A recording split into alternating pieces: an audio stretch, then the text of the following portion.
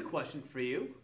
Despite the plethora of online marketing channels and ways to communicate, are offline events and conferences less relevant than before?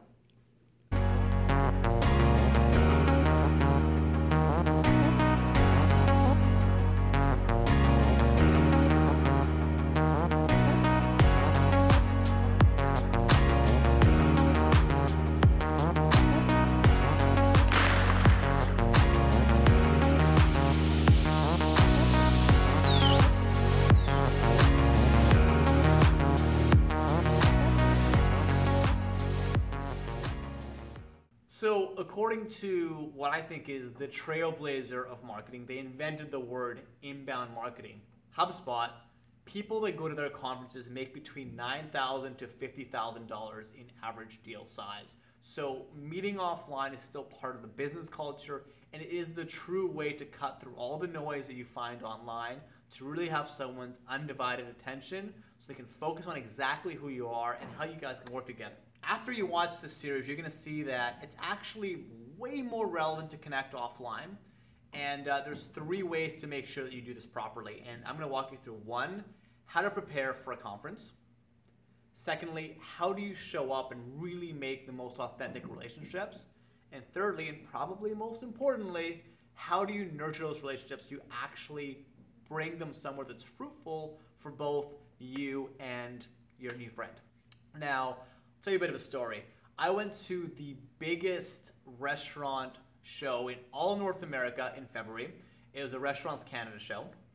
And when I went there, what I walked out of that conference with, following a bit of the blueprint that you're going to soon see, is I met one of the dragons on Dragon's Den. Secondly, I walked away with $36,000 of live deals. And thirdly, I met some of the biggest food and restaurant organizations in the country. And this is all done by knowing exactly how to prepare, how to show up, and most importantly, how to follow up.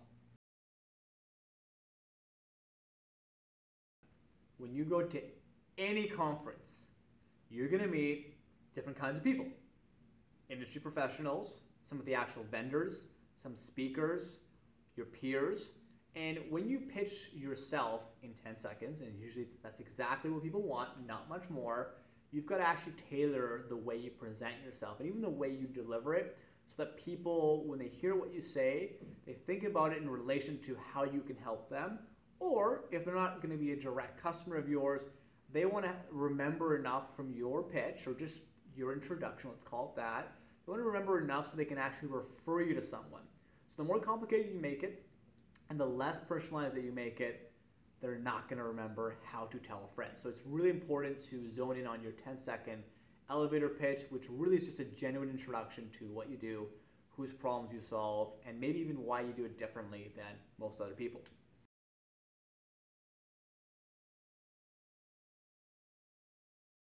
Secondly, you've got to get your LinkedIn profile as brushed up as possible. And there's usually 5 things that I really want to make sure are solid. Because after you meet someone, they're going to find you on LinkedIn. In fact, they might even directly add you on LinkedIn there. Hey, I don't have a business card.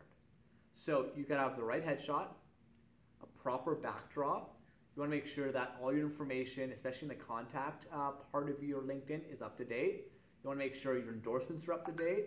And lastly, you want to make sure that all of your actual qualifications and portfolio is all super pristine, because people are going to remember to follow up with you. And when they're looking at your profile, they're going to want everything you said in those 10 seconds to really resonate and add on more to what you said. They're going to get more curious. Okay, just before you walk out the door, your action step is to talk to a colleague or talk to a friend that you're about to go to a conference with, and you've got to pass by each other your LinkedIn profile and your elevator pitch. All right, that's it for today's video. Thank you so much for watching. Look, if you made it this far, don't be shy. Leave a comment below. I really want to hear what you have to say. And lastly, do not forget to subscribe. You've just been watching Arrive and Thrive. See you next time.